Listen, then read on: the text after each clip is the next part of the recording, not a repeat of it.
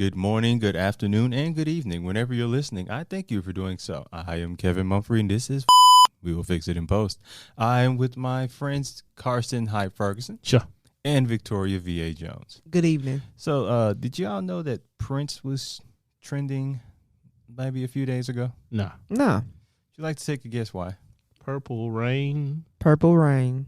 Yeah, so apparently somebody put out a tweet a little while ago of saying you can only have 3 soundtracks you listen to the rest of your life. Just 3. Just 3. Yeah. With all these movies. Mm-hmm. Okay. And Purple Rain was one of them. it was the top one. I believe it. You got Really? With the new generation? Okay, I'm just it was talking about. it was a lot of older people. Right. That were, Oh, okay. All right. But I mean, obviously, when you think of like movie and soundtrack, it's kind of like that main one since it was released in '84, and it was like on Billboard Top 200 for 6 consecutive months. It was there for a minute. And got Prince an Academy Award for Best Original Score. Best. Best, yeah. What did I say? We're not gonna repeat it. Yeah. It's not October. Right. Oh well. So okay, when I was so You okay? Drink some water. You good? No, I'm good. You okay? I am great. Okay. He gonna need that cool-out cooler here in a second. Exactly. Yeah. Well, that may be on the next episode, but so when I was younger, you usually saw that film soundtracks were marketed as pretty much with the film, if not much more than the film. It's just not something you see as much anymore. Y'all, you ever just notice that? I mean, it was all part of the whole strategy, like to get money. Right. So the song was within the trailer to motivate you to go watch the film. It's all about the song. Because the music motivates anyway. We all know that. Yeah. And then if the music can be just as good or just as entertaining as the film, it's all part of that experience. Because you get a soundtrack like a week before the movie maybe. Okay. It would have been, or does it? It would have been maybe 2 or 3 weeks before the movie, because you used the soundtrack to as another form. So of you promotion mean the song, the major song, right? Not the full soundtrack. No, full soundtrack. Well, I don't know. Well, maybe. Well, I don't know. I can't remember how the releases went, but Me either. But I remember not buying the soundtrack until after watching the movie. Right. But then I remember at least the first 2 songs are already out. Yeah, because you have that one song with the trailer, and then you have another song that just comes out because of whoever the artist is. They put the song out before the movie comes out. Yeah, and usually these songs in the soundtrack, it's not like they used all the songs that would be on the soundtrack or in the film. I think they would maybe use 1 or 2. Nah, it'd probably be 5. You talking about what? Like something with about 12 to 15 cuts on it. Yeah. Yeah. So about 5, 6, something like that. Something I'll use an example of 8 Mile. 8 Mile. Like how many? 4, 5, something like that. On that particular one. Yeah. Yeah.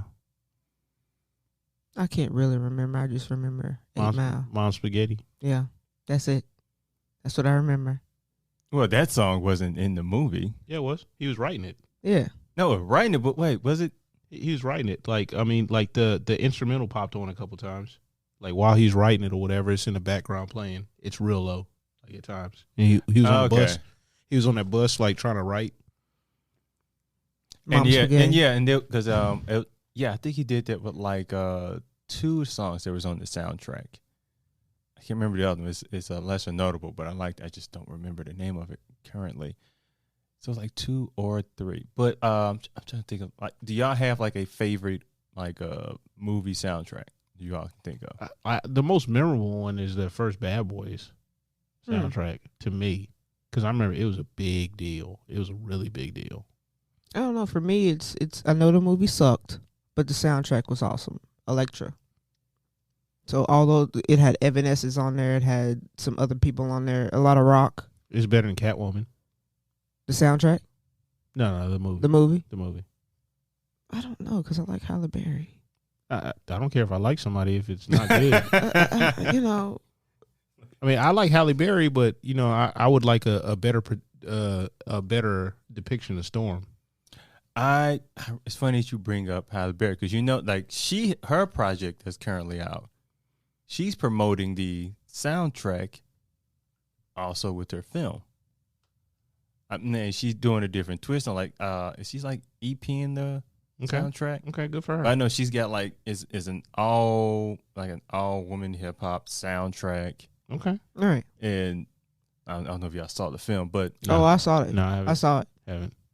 Like it? Yes. Yes. Why were you hesitant? I like it. No, I like the film. Okay, I like the film. Some parts of the film, I was like, why? Was my take on it.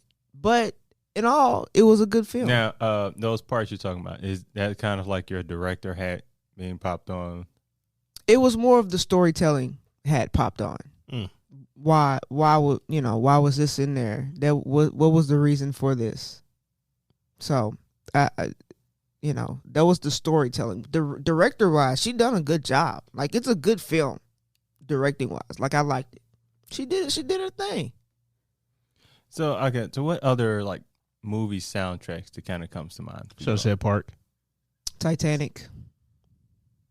Yeah, I think that one won some like Grammys, didn't it? It did. And then Beyond the Lights. Space Jam. Space Jam. The first one. Oh, yeah. No, yeah, okay. Come on now. You said the first one. You said the first one. Come on now. Everybody know the first Space Jam soundtrack. Come on. No, my apologies. I was assuming you meant the second one. Nah. I ain't talking about that. Like, so like that spurned like actual hip hop beef. Wait, what? Yeah. Between what? LL and Cannabis. Oh my goodness. Remember that 5, 4, 3, 2, 1? That was on the Space Jam soundtrack. Okay, it was on there. Yeah, I know it was on L's album. It was on the soundtrack. It was the third single off that joint. I don't know why you would put that on the Space Jam soundtrack though. It was the 90s, man. It was a different time.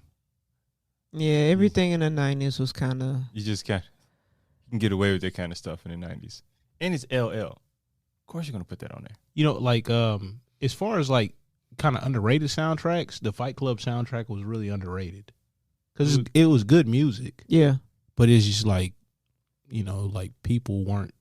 I don't know. Just you think the movie kind of like overshadowed it?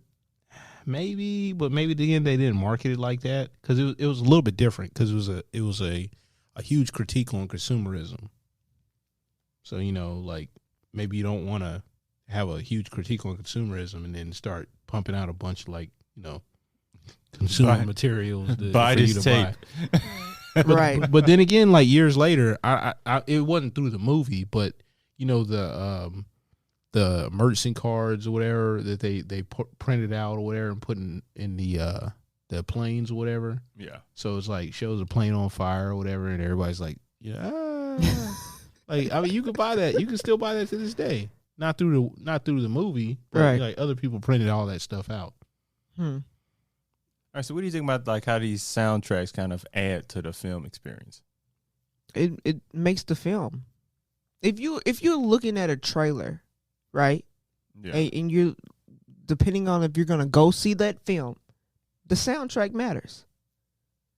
If it's for family. Oh no. So okay. Like because you know there'll be certain I'm letting that go. There'll be certain like trailers that they'll just put like dramatic. They may not put music from the soundtrack. It'll just be say dramatic music. That dramatic just movie music. Yeah, I guess, but you know, it'll be that song that you'll hear. And then you'll go and see it, and of course they're gonna put that song back in there. I think it was. I can't remember if it was the first or the second Fast and Furious. Like Murder Inc. did the soundtrack, and that's when Ja Rule was at the I tippy can't top. count. I don't know. Like, it's so he was at the tippy top, and I remember you heard take that, a number. We're just gonna say it's that one. You heard like that song like everywhere. And it was like, as soon as you heard that little violin or whatever, and I was like, man, like I've heard this a lot. I'm trying to think which one, but my head hurts thinking about it. You can't. You can't. There's too many of them. I'm just gonna. These people in space, Kevin, in one of these. Man, I was sitting in the movie theater like they really did this. They legit put these dudes in space. So why don't they just make another movie where they can go to space if that's what they really want? Nah. We ain't doing that. We don't. That's just too much. We putting automobiles in space. You got to put the family in space. You got to put members of the family in space. Just the Jetsons. No, not the Jetsons. The Torettos. It's terrible. Speaking of soundtracks, let's rewind back. All right, Transformers. Okay. 1989 Transformers. 1989. You going back? I mean, that was the movie. Remember? Like, it was all that 80s hairband stuff. And then, like, Optimus Prime, you got the touch. And he, like, transformed. He's, like, blowing people away. And at the end of that, they shot him. And I'm like, yo, like, what just happened? I was like, yo, they're killing Optimus. And then they introduce another character. I'm like, yo, he ain't Optimus. Because they shot him. Right. They shot him. He ain't Optimus, man.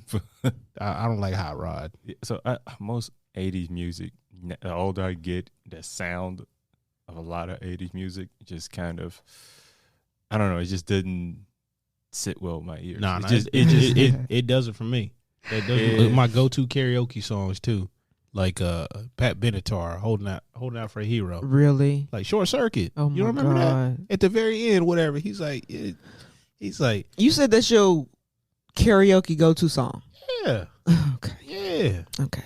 You put that ball cap on, whatever, real low. You know what I'm saying? Man, I was done when you said karaoke. I don't even. I was like, yo, people looking at you be like, oh. You know, we've never been to him been to karaoke with him. There's a reason for that. I want to go now because I want to see him perform this song. I mean, what's with up? The cape on? With the cape on. I ain't putting that cape on for karaoke. You should. If you're gonna do it, It's gonna do it. It's gonna destroy the whole thing anyway. Where I dress like extra urban, and then I start doing some 80s hair band joint. Extra urban. And then they're like, yo, I didn't expect that. Extra urban. Extra urban. I've never heard that phrase before. Get a double cheeseburger with a side of extra urban. Extra side of urban. You use some hot sauce and some barbecue sauce. No. What's up? Going back to soundtracks, let's talk about the main one, Hustle and Flow. Okay. Terrence Howard. You know, 3-6 Mafia. You ain't know. You know what I'm saying? You know what I'm saying? You know, they just had a verses and they brought out Terrence Howard. Yeah. For that song. Man, he didn't look like he remembered too much. He remembered until he got on that stage. Yeah. No, that's the lyric right there. Okay, I got it. He held the microphone right though. But it's all. I mean, honestly, it's the visual of it enough. Right. I think just because I didn't notice that until somebody brought it to my attention. But it's like, oh, they got Terrence Howard back here, which I kind of assumed they would have. I mean, that's kind of hard, man. No, Terrence Howard, he gonna ride. You know, you ask him to do something, he gonna come out and he gonna support. Not Iron Man 2. And that's a different situation. That's a different situation. Well, he wanted too much money. Don Cheadle was like, I'll do it. I'll do it. But look, this that wasn't done in Memphis. Maybe if they had negotiated in Memphis, maybe he'd have come down off that. You know, the thing that I did not like about Hustle and Flow, the one thing was he used the word "main" way too much. Like he overdid it. He said, hey, skinny pimp, man. Tell me this fell out your pocket, man. I've heard that, and I mean, to me, it sounded like somebody trying to sound like a Memphian when he says "man," so it felt forced a bit. But I've heard people say "man" as much much as Terrence Howard said in that movie. I haven't. Now, somebody has said I've done it before, but I was like, I don't think so. Like, not as many times as that, I think that's what it, but you know what? After that movie is kind of when I stopped saying it. Like, I don't say it as much. Like, I said it a lot more before I saw that movie. Like, yeah, we do use that word a lot. Hey, if you leave your drink around me, your drink will get drunk up. Bars. You gonna put a main after that? No, that's DJ Paul. I'm just saying. DJ Paul is a dog, one you do not trust. Come on. Come on. I thought you knew this. I heard no mains in those statements. So he didn't say main in that song. Paul ain't here. Right. So. He didn't say main in that song. I'm just telling you. Those are bars. Bars. The bar is unfinished until you throw a main in. Bars. Right. You gotta throw a main in it. But I mean, even that like, did this soundtrack win? I mean, the song obviously won an Oscar. I don't know if the soundtrack. The soundtrack was what I can remember.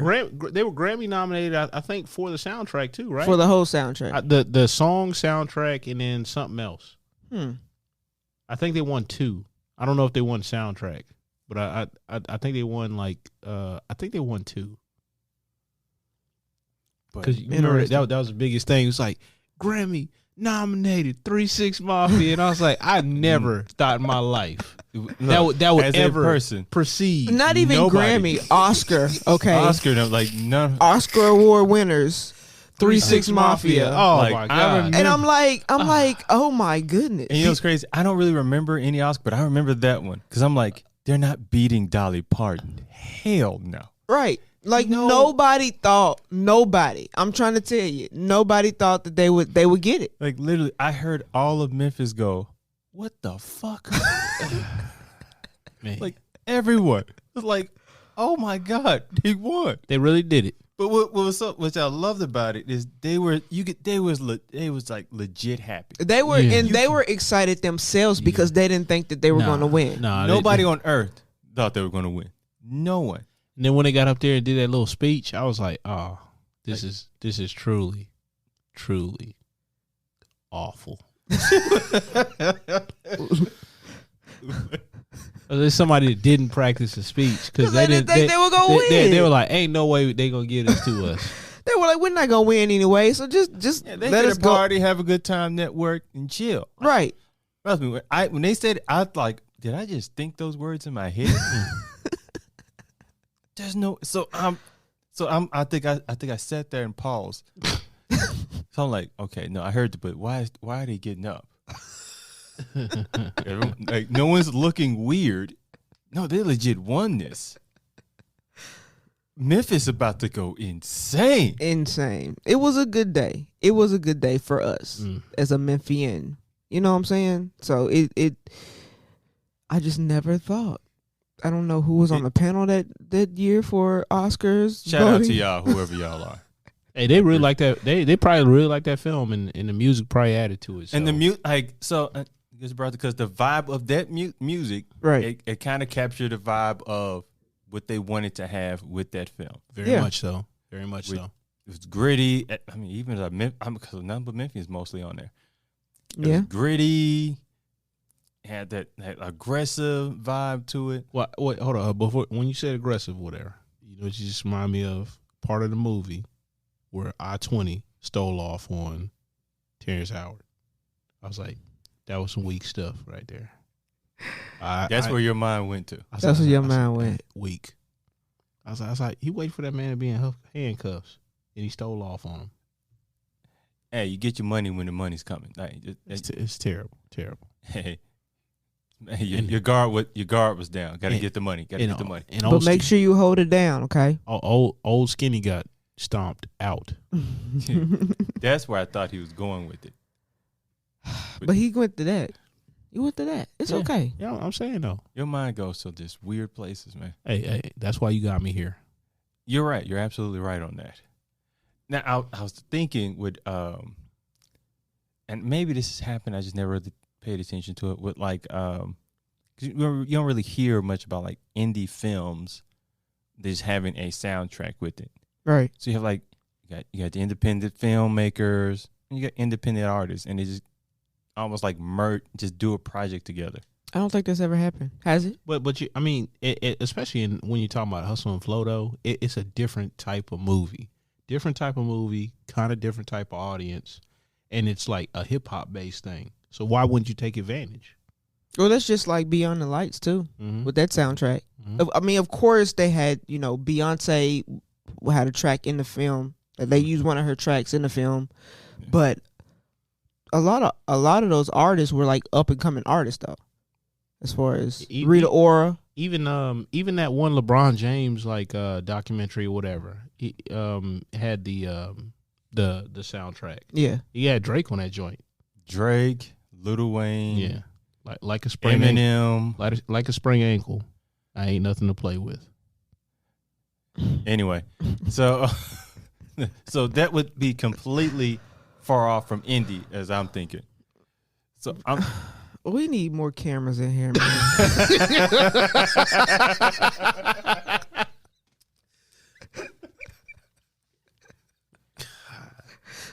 Why is that? We need more cameras in here because people just be getting the angle from my live. They don't see what's going on, and I just want this to be documented. I want it to be documented. I'm not just making this face. We ain't playing just to be making it. Break the law. We ain't playing. There are reasonings for this. But now I was thinking like, let's say it's a Nashville film. Well, independent filmmaker from Nashville to get up and coming actors are in Nashville. Then you just have a soundtrack, Nashville artists, just local up and coming artists. It makes sense. Yeah, I felt like that would be something that would have happened. Right. It should be an easy thing to do. I mean, the part is time consuming, and a lot of people don't want to add that effort.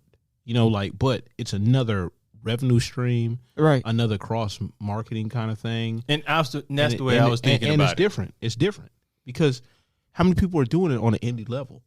But those artists want attention. They want attention. They and you're solving the attention problem for them. So I'm like, why wouldn't you do more like that? And you could do a whole rollout too. Yeah, that's what I was thinking. Almost like a. I mean, it makes sense. It makes a lot of sense to do it that way. You can have a concert and viewing party.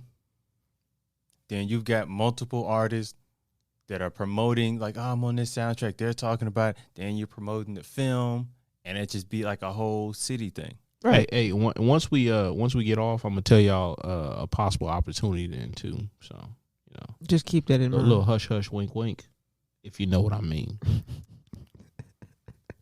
That sounds like a money under the table type of deal. Where the cameras at? No. This a money over the table thing. Where the cameras at? Over the table. Over the table. That sounds legal.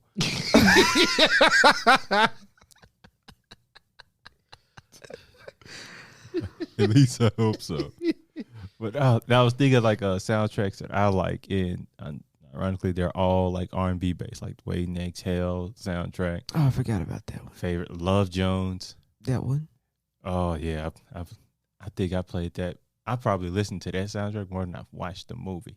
Wait, hold on. Waiting to Exhale. That had that Brandy joint on there, right? Yeah. Sitting up in a room. Yeah, that was like a breakout joint. And I was like, dang, man. Sitting up in my room. I was like, oh my God. I was like, yo, man. Oh, and The Preacher's Wife. Yeah, that was good. Ooh. That was good. That was a good one. The Wood. Yes, The Wood. Wait, who? I don't remember that one as much. It was who like was on that one? It was like the four, friends. So like Omar Epps. Oh no, I'm talking about who's on the soundtrack. Right. Best Man, not Best Man. What's the other? So Best Man had the song with damn, what's the name of that song? Where all the male R&B singers, Genuine was on it. Was that one with Cisco was on that joint too? Cisco was not on that one. So what was? I'm looking at the Wood soundtrack, and I'm with you until I saw R. Kelly. So okay, go back. What is the name of that song? With soundtrack? Best Man. Where they got all them singers on there? Right. What's the name of that song? Best Man I Can Be. That's the name of the song? That was Yeah. Okay. I don't remember that song. You don't remember that song? I don't remember that song. That is one of my. I never knew the name of the song, but the best man I can be. It's Tyrese, Genuine, RL.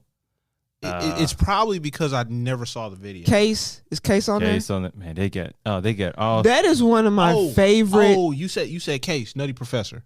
Okay. No, yes, yeah, that was a good one. That Touch Me Tease Me was on that joint. I think that was the first one. With Foxy Brown. Yeah. Yeah. That was a dope soundtrack.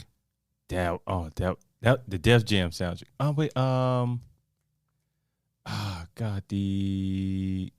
Nutty Professor, but the one with Bill Bellamy on there. Oh, How to Be a Player? Yeah. Yeah, that was a good soundtrack too. That was Yeah, I mean, like most of that stuff was like, hey, we gotta make all this good stuff. Right. And it was another way to capture revenue on the other side. Yeah. And then like it spurned like a whole bunch of stuff too. And then I wouldn't say it's necessary soundtrack, but like Michael Jackson stuff. You know, where he did those movies for like 3 or 4 songs in his album. Yeah. Like Smooth Criminal. That's basically a mini movie. Yes. That's art. Most of all his music videos were mini movies though. I said most of them, not all of them. Make You Want to Scream. Yeah, I wouldn't count. No, not that one. See, when I think of Michael Jackson's movie like video, Thriller, obviously, that's kind of the main one. And because Bad wouldn't necessarily. Yeah, they had like 2 versions. It was an extended version. Yeah, they had it was like a 10-minute extended version, maybe 12. It was like But Smooth Criminal, I think that was like one of the bigger productions, right, outside of Thriller. Yeah. Now that was a mini series. You've been hit by. Now, did y'all think that? And I was just thinking of this with the changes with the music industry. Could that have affected the? Yeah, because now you maybe not have the same kind of relationships, so it's not as easy to kind of go to that well, and then you got a lot of people short-sighted, maybe short-sighted. I don't know, like, and not thinking about doing dual projects because they don't want to split the money. But you know, I don't, because I would think it would look. We don't want to spend all this marketing money. Like, I know y'all got something for this film. But I'm like, okay, you got marketing money for the albums, all that stuff. You combine budgets. Now you spend less money across the board to market. And then you're putting your respective projects, whether it's the music or the movie, in front of way more people at less cost. But also now you kind of see, like, and especially because, got your Netflix, and you're probably not going to, well, I think it may start to be a thing, but or even like give you an idea, like with Insecure, they put the music on, and then I think they have a playlist, like a Spotify and Apple playlist. Yeah, I mean, if anything, that helps out the artist. I mean, that's just a new way of doing it. That's all that is. Yeah. Don't Grey's Anatomy do that as well? Yeah, because they're known for picking right. So I didn't know they have a playlist, because. Even back in whatever season we're in, but back in the not the double digit seasons, at the end of the episode, single. You know what I'm saying? They'll put up the artists that are featured in that episode. I mean, and all you have to do, honestly, is just like you make it a digital download, give them a coupon code or something like that to go wherever. Yeah, you know what I'm saying? Like. That QVR code. If you buy the film or whatever, you get the soundtrack and you package together, right? And then you got a coupon code to go to this site to download the music. Because really, how I figured out about new artists is by, watching television or watching Grey's Anatomy, hearing a song that I liked, and trying to go look up that artist. You know what I'm saying? To hear other stuff that they got. Every now and again I get on a kick where I'll be listening to not so much anymore, but like I would say every Sunday I would sit down and I would like listen to stuff while I would listen to music to select stuff. I would like have some ideas. I would like think about my week, and I'd be playing like this real kind of chill, mellow deal on SoundCloud, Selection Radio, and I found a bunch of different artists like just through that. Yeah. Like Masago? Masego? You looking at me like I know what you talking Masego? about. I know who you talking about. He's a dude that plays like the saxophone. I know who you talking because Drake used his. And he sings too. Yeah, he's very talented. He's good. Very talented. I first saw him there. Bryson Tiller. Yeah. I first saw him there, and then like they built like audiences, so kind of like a Spotify kind of thing. Right. They built like audiences, and one of the threads, you go down that wormhole, kind of like YouTube. Yeah. Like I found this one artist or whatever, J Jig Cicero, very talented rapper. I mean, she's special. And then she ended up going on that Funk Flex women's freestyle, Jermaine Dupri, like feature. She's in Atlanta now, originally from Ohio. I got nothing but good things to say about her and her manager because I've actually dealt with them directly, and they're cool, good people.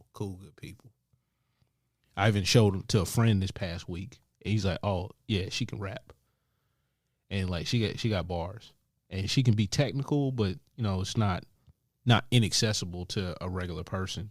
Is she like in her 20s or? I don't know how old she is. Maybe late 20s, early 30s. I don't know. But that's also how new artists get discovered by another audience. Yep. That would have never listened to that person. Oh yeah, that freestyle was fire too. That first one. Juicy Fruit was on the soundtrack for Harley Quinn. That movie. Juicy Fruit. Yes, she's a rapper. Above the Rim, that soundtrack. Ooh, it's good. It's a good soundtrack. It didn't like. It was solid. It was solid. It wasn't like super popular or whatever. Because MC Lyte had that one joint on there. I know Pac had. Was Holla If You Hear Me was on there? I can't remember. Excuse me. But getting choked up over there, ain't you? Yeah, MC Lyte does things. MC Lyte got you man, all twisted and turning, huh? I like MC Lyte. It sounds like it. She dope. She good people. That's actually a good way to end this for Carson's love of MC Lyte. Or just say, hey man, say man. You know what I'm saying? Make sure you take your pills, okay? What are you talking about?